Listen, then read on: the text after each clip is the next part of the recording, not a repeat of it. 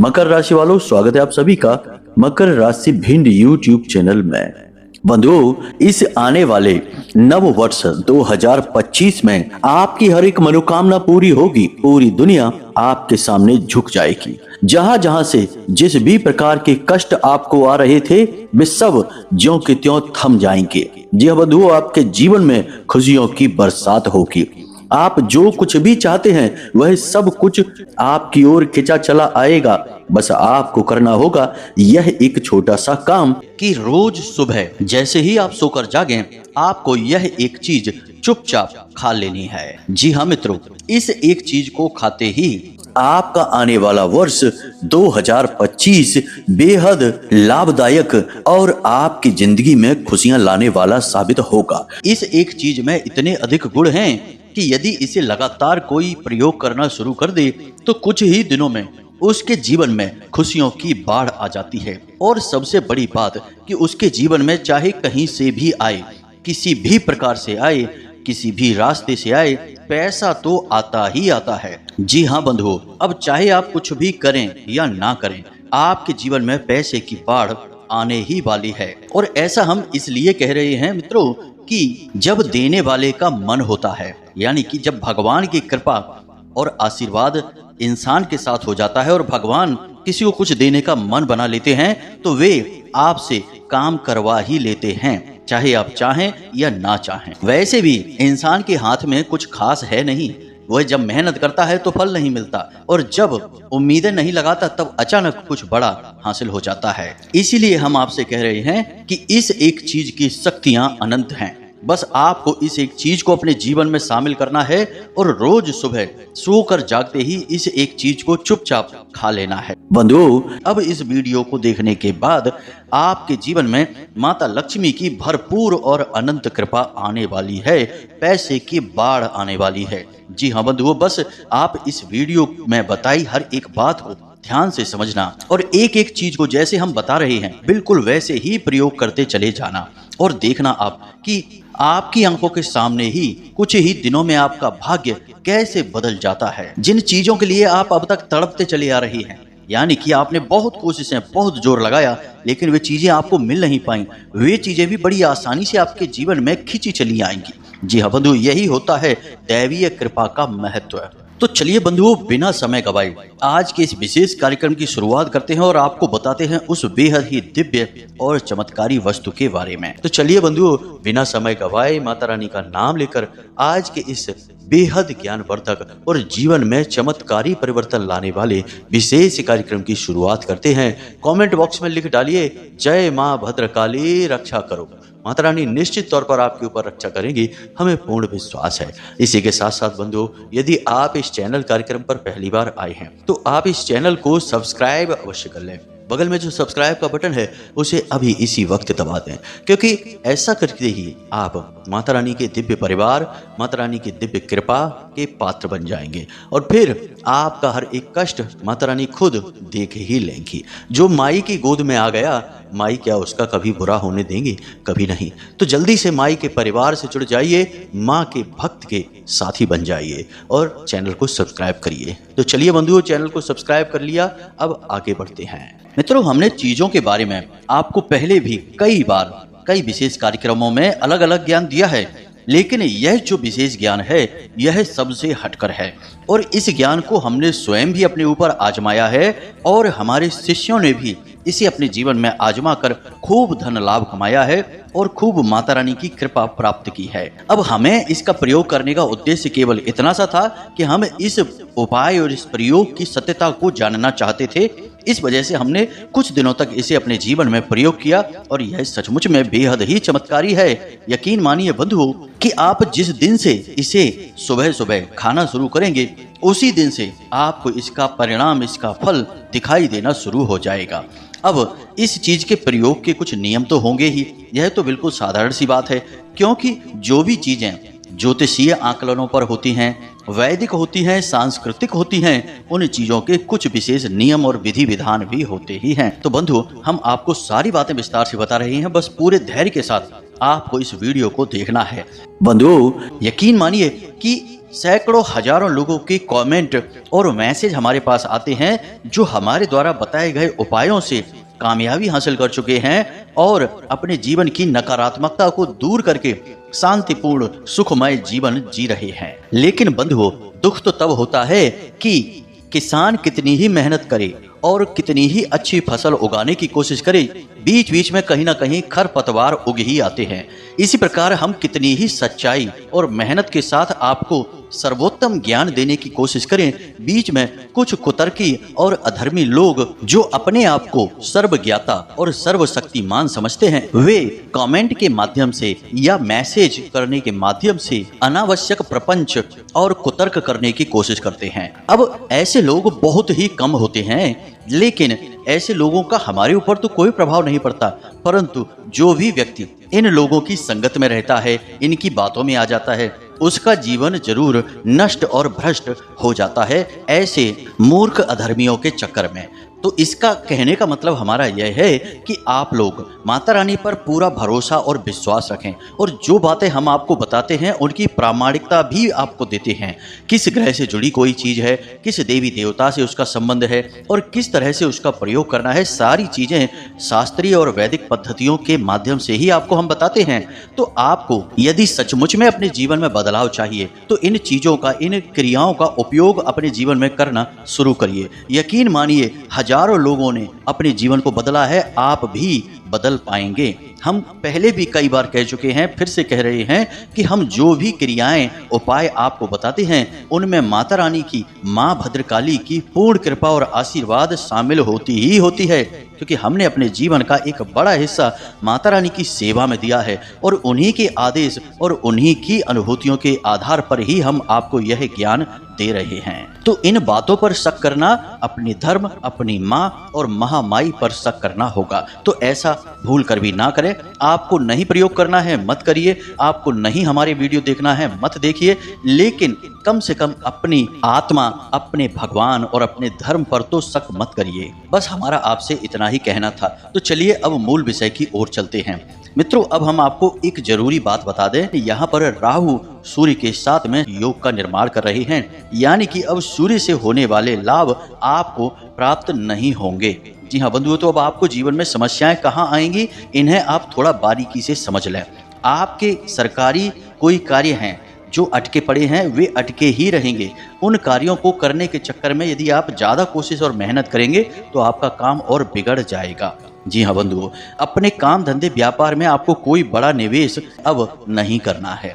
इसी के साथ साथ मित्रों, आपको जो लोग नौकरी कर रहे हैं उन लोगों को अपने उच्च अधिकारियों से किसी प्रकार की बहस नहीं करनी है। वे जो कुछ भी बोलें उनकी बात बस यस सर कहकर मान लेनी है, उनसे कोई आर्ग्यूमेंट, कोई बहस ना करें। इसी के साथ साथ बंधु, आपकी संगत में कुछ लोग ऐसे हैं जो घोर नकारात्मक हैं, गलत कार्य करते हैं, गलत कार्यों में उन्हें आनंद आता है। कुछ आदतें भी उनकी नीच और गंदी हैं, लेकिन आपको उनसे ज़्यादा फर्क नहीं पड़ता है क्योंकि आप बहुत ही बुद्धिमान और सुलझे हुए इंसान हैं। लेकिन अब आपके ऊपर उनकी बातों का असर होगा, आप उनसे प्रभावित हो सकते हैं। किसी गलत कार्य में आपकी रुचि बढ़ेगी और यह राहु का प्रभाव रहेगा, तो थोड़ा आपको सतर्क रहना है। यहाँ पर आपको ध्यान यह देना है कि सूर्य आत्मा का कारक ग्रह है, यानी कि अब धर्म के प्रति आपकी रुचि कम होगी।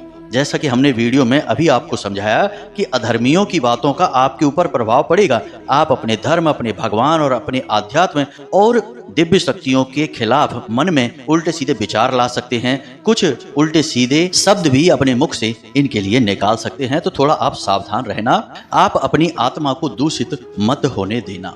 इसी के साथ साथ कुछ छोटी छोटी बातें हैं, इनका भी अब आपको ख्याल रखना होगा।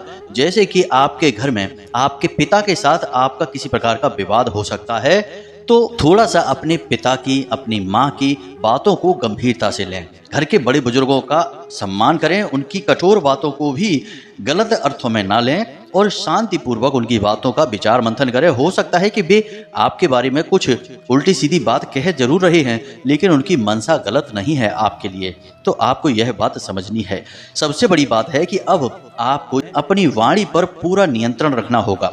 अपने शब्दों को सोच समझकर प्रयोग करें और किसी की भी भावनाओं को किसी प्रकार से चोट ना करें। आप खूब अच्छी तरह से जानते हैं कि आप जो बात कह रहे हैं इसका सामने वाले व्यक्ति पर क्या प्रभाव पड़ने वाला है। आप बहुत बुद्धिमान हैं और भावनाओं को अच्छी तरह से समझते हैं, क्योंकि आप खुद भी बहुत भावुक इंसान हैं। हालांकि आप अपनी भावनाएं हर जगह पर दिखाते नहीं हैं, लेकिन अंदर से आप बिल्कुल कोमल हैं और आप जानते हैं कि किन बातों के क्या प्रभाव होते हैं। तो बस इसी ज्ञान का आपको प्रयोग करना है, किसी की भावनाओं को ठेस नहीं पहुंचानी है। बस इतनी सी सावधानियां आप रखिए। अब हम बात करते हैं अपने मूल विषय की, कि उस एक चीज के बारे में आपको बताने जा रहे हैं। जरा आप ध्यान से सारी बातों को समझना। हमारे शास्त्रों में रात्रि को सोने जाने से लेकर सुबह सोकर जागने तक के नियम हैं, संस्कार हैं। अब एक बुद्धिमान इंसान नियमों को मानकर चलता है, संस्कारों के अनुसार चलता है, तो इस प्रकार उसके जीवन में कष्ट भले ही आ जाएं, लेकिन उन कष्टों से लड़ने की शक्ति भी उसके पास पहले ही आ जाती है। और जो विकराल और बड़े कष्ट हैं उनसे बाहर निकालने के लिए भगवान किसी न किसी को माध्यम बनाकर उसकी मदद करने के लिए भेज देते हैं, क्योंकि वह भगवान का भक्त इंसान है। तो अब कौन से हैं वे नियम, जरा इन्हें आप ध्यान से समझिए। हमेशा जब भी आप रात्रि को सोने के लिए जाएं तो कम से कम आधे घंटे तक सोने से पहले मोबाइल फोन ना देखें, किसी से बहस ना करें, लंबी चौड़ी चर्चाएं ना करें, शांत रहें, मन को शांत रखें और अपनी छाती पर हाथ रखकर, यानी जब आप सोने जा रहे हैं तो सीधे लेटें और अपनी छाती पर, सीने पर हाथ रखकर उस एक समस्या के समाधान के बारे में विचार करें जो आपको चाहिए। मान लीजिए आप बेरोजगार हैं तो आपको कहना है कि हमारी बहुत अच्छी नौकरी लग चुकी है। जी हाँ बंधुओं, और कम से कम ऐसा आपको 5 से 7 बार बोलना है, हमारी बहुत अच्छी नौकरी लग चुकी है। और इसके बाद आपको सो जाना है। मित्रों, इसे अंग्रेजी में एफर्मेशन कहा जाता है और हमारे शास्त्रों में तो इसका बहुत बड़ा विधान है।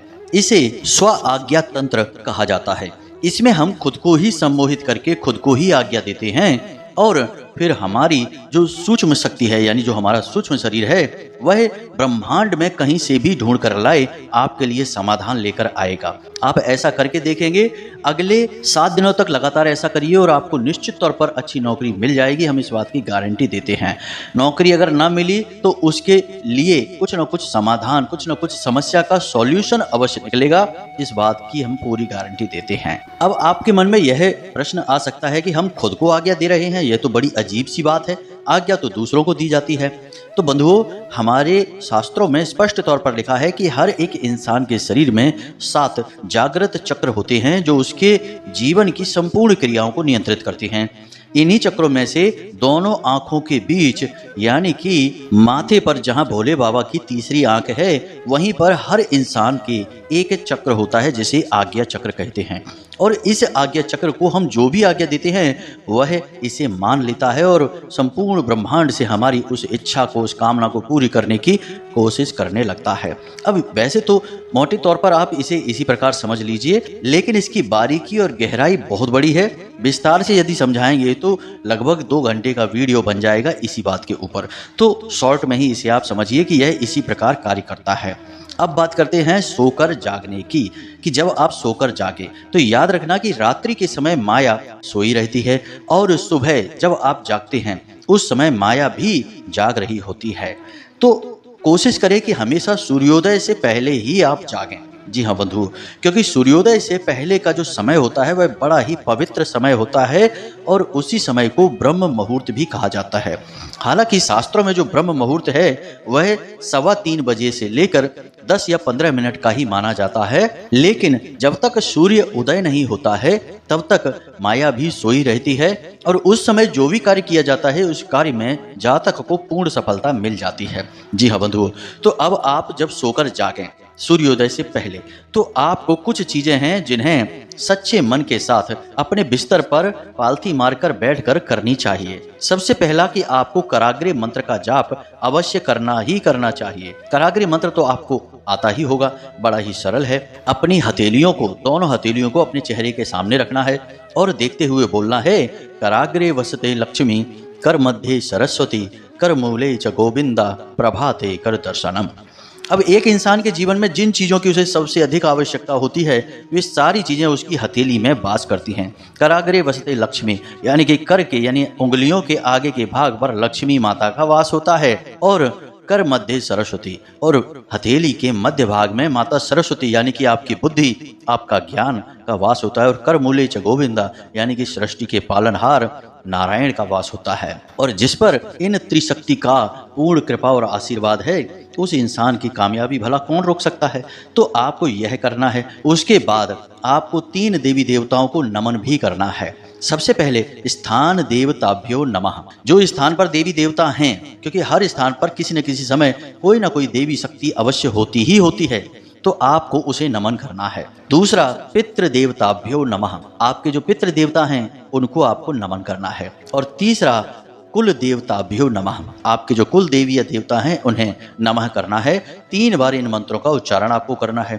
और उसके बाद आपको अपनी नासिका के पास अपनी उंगली ले जानी है, और जिस भी नासिका से श्वास बाहर आ रही है, जैसे कि दाहिने छिद्र से श्वास बाहर आ रही है तो आपका सूर्य स्वर चल रहा है, तो आपको अपना दाहिना पैर ही जमीन पर रखना है। उसके बाद यदि बायां स्वर यानी कि बाएं छिद्र से श्वास बाहर आ रही है तो आपका बायां स्वर चल रहा है, यानी चंद्र नाड़ी आपकी चल रही है, तो आपको अपना बायां पैर जमीन पर रखना है। बस इतना सा आपको करना है। यकीन मानिए बंधुओं कि हम तो वर्षों से इस क्रिया को करते चले आ रहे हैं और आज भी इसका अक्षर सह पालन करते हैं, और हमें तो कोई कष्ट जीवन में महसूस ही नहीं होता है। सारे कष्ट हमारे माता रानी पहले ही हर लेती हैं। तो अब आपको भी यह नियम बनाना ही होगा। अब हम आपको बताते हैं उस एक चीज के बारे में। अब इतना सब हमने आपको पहले क्यों बताया, यह भी आपके मन में आ सकता है कि इतना समय हमारा खराब क्यों कर दिया। तो बंधुओं जरा ध्यान से सुनिए। हर एक ज्ञान का पूर्ण विस्तार होना जरूरी है, क्योंकि ज्ञान ना होने से ज्यादा खतरनाक है अधूरा ज्ञान होना, क्योंकि वह इंसान को सबसे पहले मरवा डालता है, जान ले लेता है, जगह जगह उसका अपमान करवाता है। तो अधूरा ज्ञान आपको ना मिल जाए, इस वजह से हम आपको सारी चीजें विस्तार से बताते हैं और चाहते हैं कि आप जो भी कुछ यहाँ से सीखें, जानें, उसे प्रयोग करके आपको सचमुच में लाभ प्राप्त हो। खाली सुनने और कहने वाली बातें हम नहीं कहते हैं, इसलिए थोड़ी सी वीडियो लंबी हो जाती है। तो धैर्य तो आपको रखना ही होगा, आखिर धैर्य ही तो सफलता की चाबी है। तो अब ध्यान से सुनिए। इस एक चीज में आपको स्वयं माता लक्ष्मी की विशेष कृपा प्राप्त होगी। आपका बुध, आपका शुक्र और आपका गुरु, यानी 3 सबसे शक्तिशाली ग्रहों की कृपा भी आपको प्राप्त हो जाएगी। और यही 3 ऐसे ग्रह हैं जो किसी भी इंसान को रातों रात राजा बना सकते हैं और उसके जीवन में वे सब कुछ ला कर देंगे जो उसे चाहिए। जी हाँ मित्रों, तो अब आपको क्या करना है जरा ध्यान से सुनिए। प्रतिदिन सूर्योदय से पहले जागें और उसके बाद स्नान आदि करने के बाद अपने पूजा घर में जाएं और भगवान को नमस्कार करें, और उसके बाद गाय के घी का एक दीपक जलाएं,